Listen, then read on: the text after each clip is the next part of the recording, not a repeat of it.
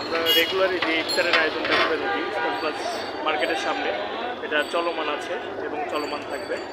আর আসলে খাওয়ানোর মধ্যেই তো শান্তি। প্রকৃত শান্তি কোথায়? আপনারা শান্তি খুঁজেন কোথায়?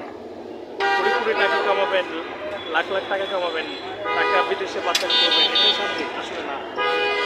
খাওয়ানোর মধ্যে যে একটা শান্তি, যে একটা তৃপ্তি, এটা আর কোথাও খুঁজে পাবেন না, কোথাও পাবেন না। আপনি যদি চান চলে আসতে পারেন আমাদের মাঝে, এসে খাবার আপনি নিজে নিজে আগে আমাদের সাথে শরীক হয়ে নিজে খাবার সবার মাঝে বন্টন করে দেন, তারপরে নিজে খাবারটা খান। এর মতো তৃপ্তি আমার মনে হয় না আর আছে এ পৃথিবীতে।